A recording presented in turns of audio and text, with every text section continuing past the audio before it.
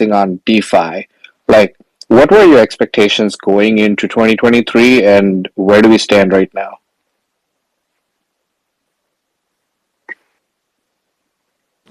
Yeah, I'll start this up. Going into 2023, I think was quite interesting. The market was not in the greatest shape, so the team at Akala really we had our heads down and we were really building. So we believe in crypto, we believe in the long-term vision. So the current market didn't affect us hard, but we knew there was a lot of work to be done in preparation for the next years and for when the market turns.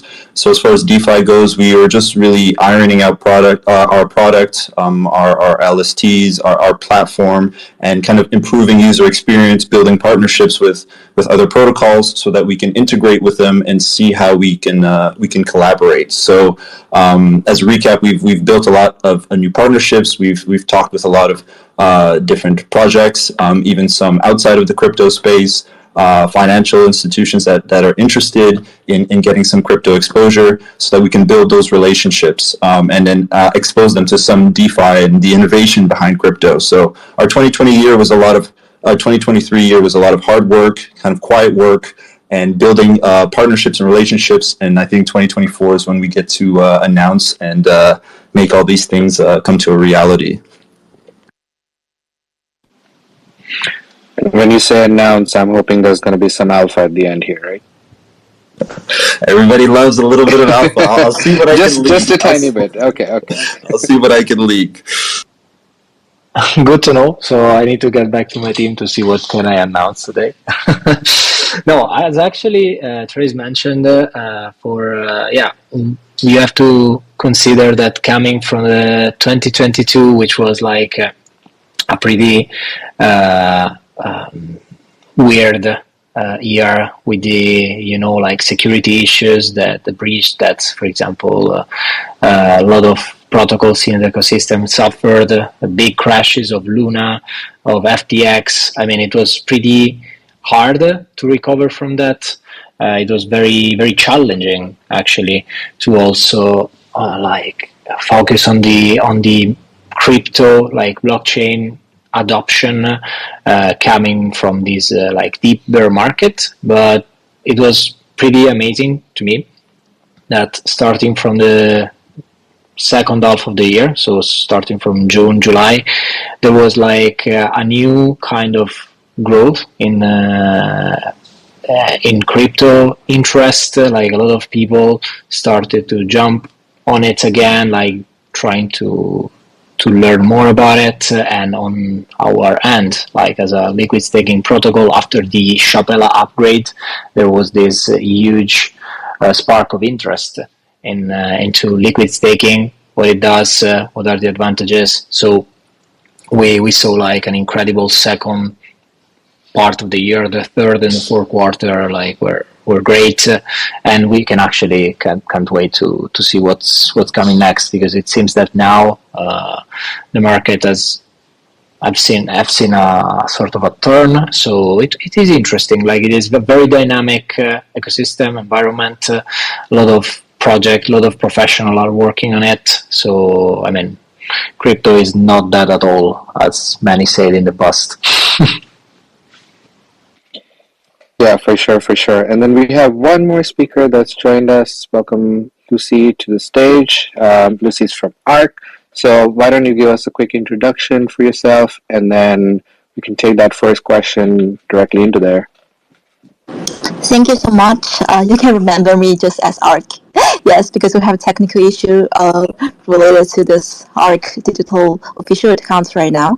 So hi everyone, I'm Lei, sorry, and very nice to meet you guys. I've entered this world since 2018, and that was quite a market that time. And since then, I have my experience in Layer 1 and DEXs and NFT as well. So right now, I'm building one of the Perpdex, the world best Perpdex right now, which is having the best liquidity you can see all across our industry and competitors. So I'm pretty excited about what's next in DeFi as well as also Web3 in terms of our topic today. So let's discuss more. Amazing. And then I can kind of reel into that first question right away since you just joined us. Just checking in on what were your expectations going into 2023 and where are you right now? Sure. So let me start this. Okay, I want to start it short actually, with more time for other speakers. So I believe right now we are at the edge of the bull run, like the very beginning of the bull run, and everyone has the attention for the latest technology right now, and everyone's looking for like more mass consumptions and mass adoptions later.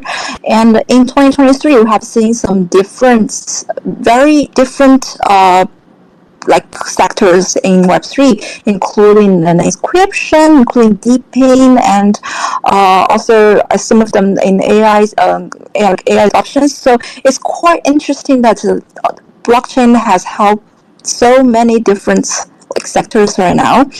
And what we see right now for prop decks for our own sectors, it's very crowded, but it's also at the same time very innovative. So we are very familiar to AMM right now, and but if you have heard of ARC, you must heard of Parallel MM, PMM.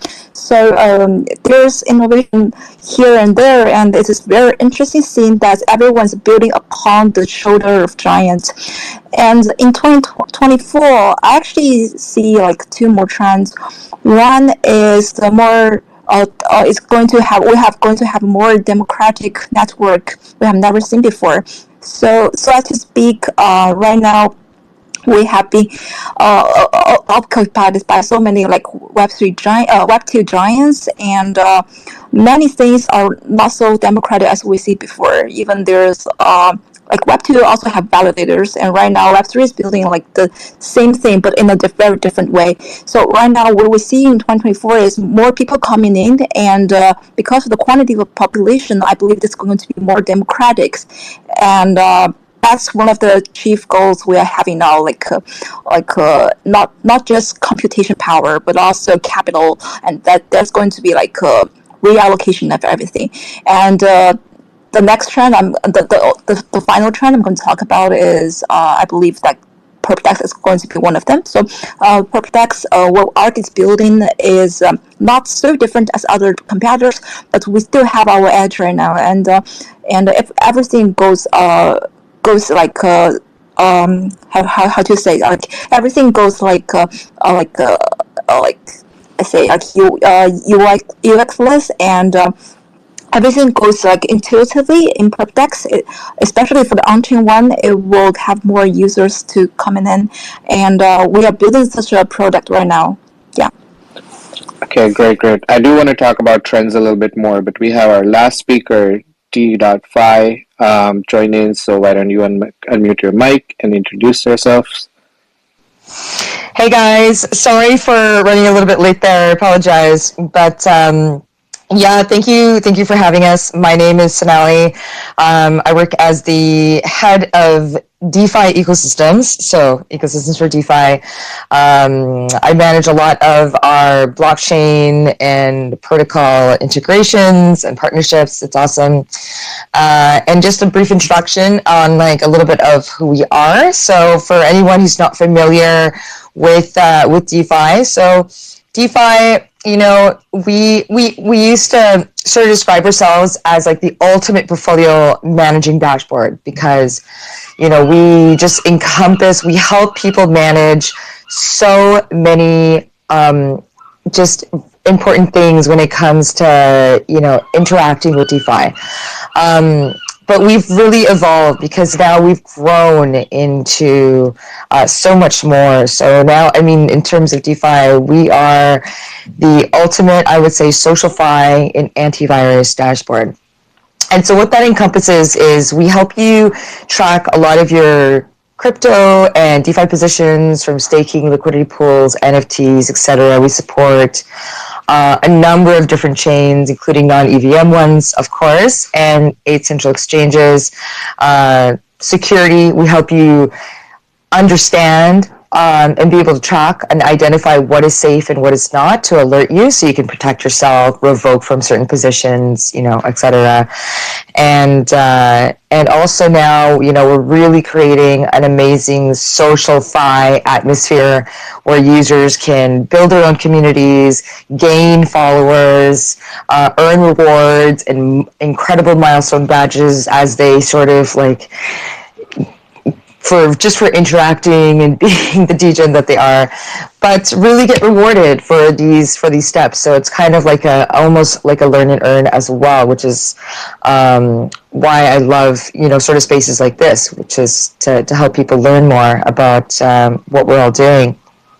So yeah, and that's sort of like DeFi, I would say, like in a nutshell. I encourage a lot of people to check the dashboard out. If you're in crypto or DeFi at all, it's a great dashboard to track what you're doing, stay safe, and also get rewarded for your engagement. Amazing. Thank you, Sonali, for that overview. And then I think we have Lop, you didn't go, so I'd like to hear from you as well. What are you kind of seeing in 2023 going in 24? Yeah, I feel like everyone has pretty much talked about a lot of the key main points. I totally agree with all of them. I think 2023 was the year for kind of just focusing on building. At Ref, also we weren't too focusing on kind of the greater economy. We just heads down, have the dev as well as ourselves, just focusing on building, expanding the horizon. So going beyond kind of what we are currently capable or what we were capable a year ago, and building out new features, new functionality, additional new integrations, hoping to release and launch them in 2024. Yeah. Amazing. So I think what I want to kind of segue into is trends, right? Like we saw some trends kind of come in and go out. I know I heard a little bit about PerpDex, but outside of that, like what are some exciting things you guys are seeing?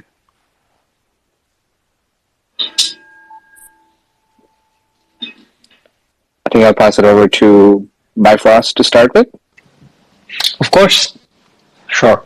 Well, one of the most interesting trends, I believe it's starting from what Lee mentioned before, is like the increase of participation of people into the actual life of this blockchain ecosystem. So I can see it from our daily interaction with the Polkadot.OpenGov.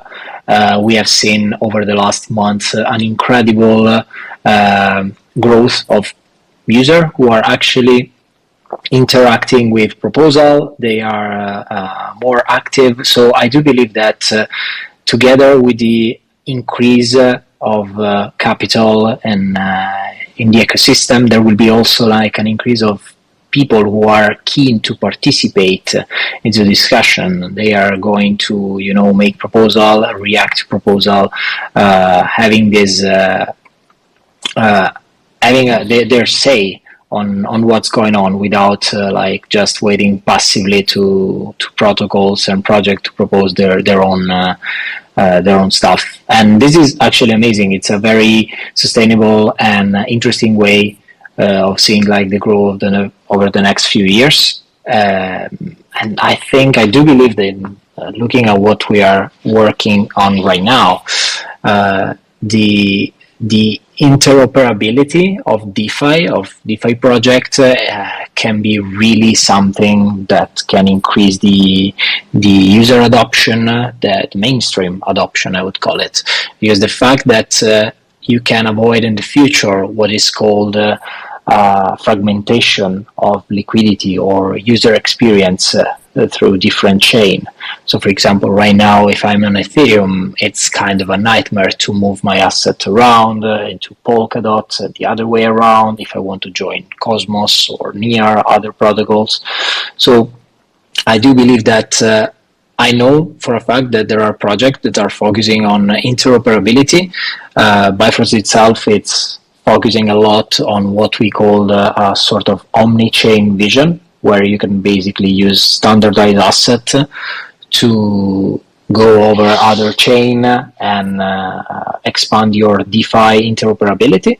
So I do believe that definitely interoperability and access to governance for, of course, like proof of stake, parachain or blockchain actually, it's really something that could be a key for the mainstream adoption of over the next year or two.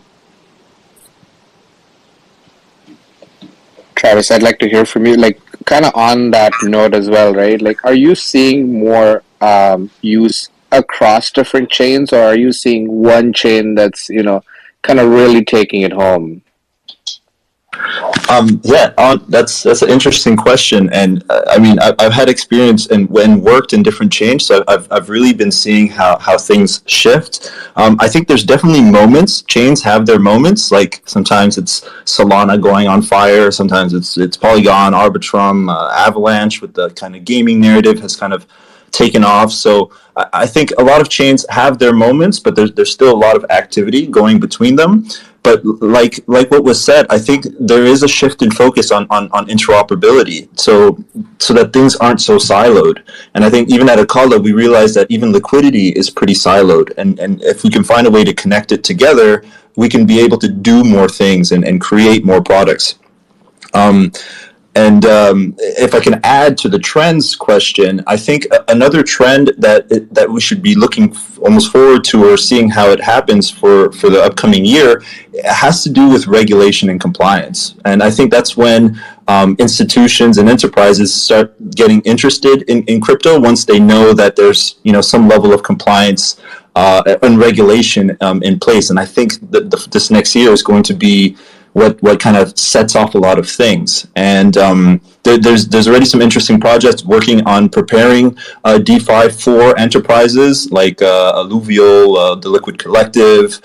We even partnered with one called Credora, who does like institutional Bitcoin lending that exposes the user to some LSTs while leveraging, doing derivatives. I don't need to get into the details, but it's being built out, and or some of it's already actually live.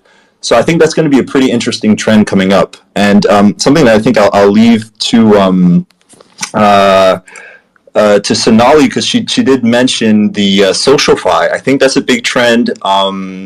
I had some years in the gaming sector, so GuildFi and GameFi is still also a very big trend for the next year. So there's lots of possible directions, I think, that things can go in this next year. Awesome. And then I see DeFi raise your hand. Like, go ahead and unmute. Yeah, no, absolutely, and I really appreciate that also from Akela, kind of that point, because that was something I also I sort of wanted to touch on and mention. So on the subject of, in terms of what is trending right now in the DeFi space is. I really kind of wanted to speak about the aspect of SocialFi. So that is, I think, a really interesting, SocialFi is a very interesting, I'd say, space right now, that, aside from, the developments that, we're also doing and working on, it is sort of an area that I'm starting to notice, in various different, in other ecosystems and atmospheres, starting to become a trend. And so SocialFi, we're starting to see, we saw from Lens, for example, and, there's other projects that are also creating a bit of a SocialFi atmosphere and presence. And I think this sort of falls into also the learn and earn. So there's the learn and earn trend, which I'm also seeing, and then there's SocialFi.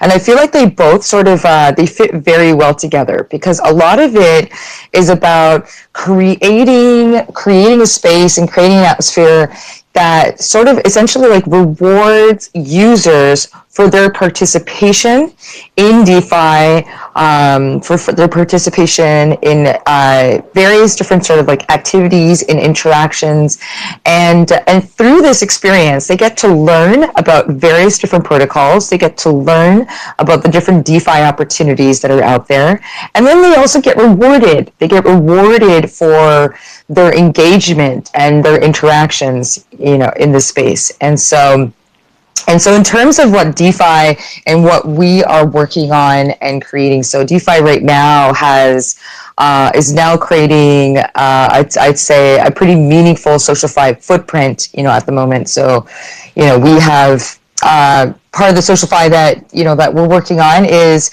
now, say, for example, users can, connect their wallet and they can get rewarded for learning, I'd say, about interacting with DeFi. So learning about different opportunities, staying safe, using tools that help protect them. And they can earn just various different badges for depending on the different tasks. So, and then it helps them to sort of like feel good about the position that they have, whatever that position may be, but to feel good that they're on this journey of learning development and growing and encouraging them and feeling encouraged to explore and learn about these different projects, about the different protocols that are available and what they're doing and what opportunities. Because I think therefore, I would say on some sense there's the gamification, atmosphere in Web3 and DeFi that was maybe one of the first footprints, in this. And this eventually sort of like evolved into, DeFi SocialFi. So I think that's an interesting trend that we're seeing right now.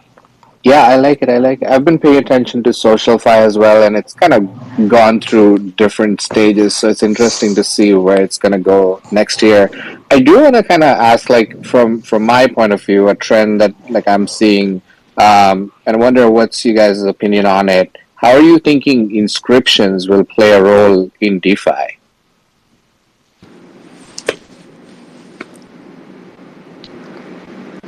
Really, this question is really onto our project, so I have to make it clear at first. So inscription right now is 99% of trash and 1% of community. It's a personal view actually, and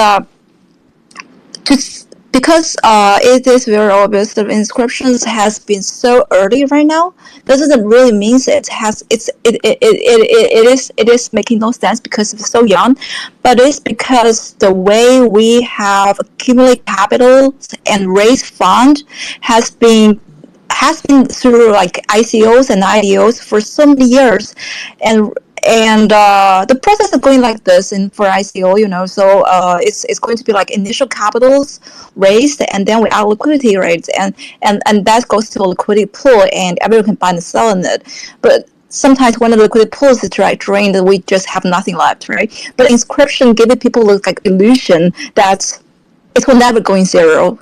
So this is really, really toxic at some points for this internet. Not just because it's giving people illusion, but at the same time, it's put on so much pressure on the network. So it's the network can actually tolerate a lot of stuff. Not just Solana these days, but you can see like there's so much clogged traffic right now across all the chains. But we say most of this information are not necessary to be on this platform and not just on this layer 1 or 2.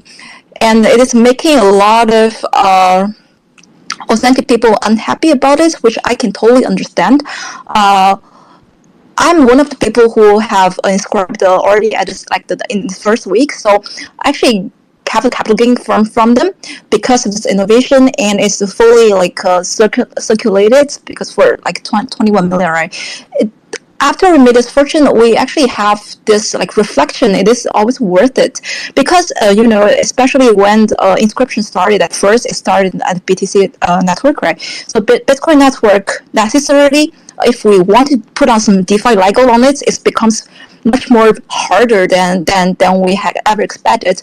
You need detailing, you probably UTXO, and probably use Flash network for small to medium capital, size capital. So to speak, there's no necessary thing. There's so many experiments in the past already happening. So it's my point of view that DeFi, in terms of Bitcoin network, especially with inscription, is not necessary at all. And with other chains, I believe it shares the same kind of view because the token, issue one token in the one smart contract has been so common right now. We don't really need this inscription to be one of the layer 1 or 2 trash. Actually, it's making the traffic much more insane than we expected, putting more pressure on validators. If you're one of them, you can really feel me what I'm saying right now. Yeah.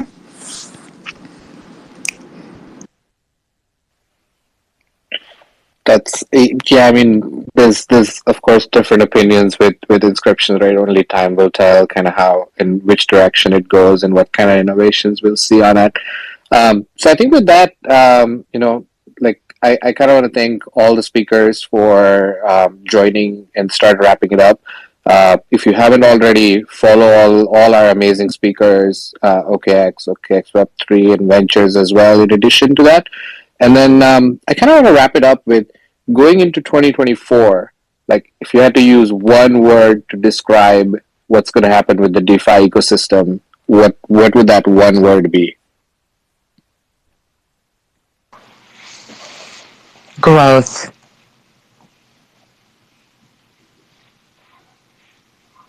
Okay, just because I think there's everybody so many projects are going to grow. Word. Everybody else has to use a different word now.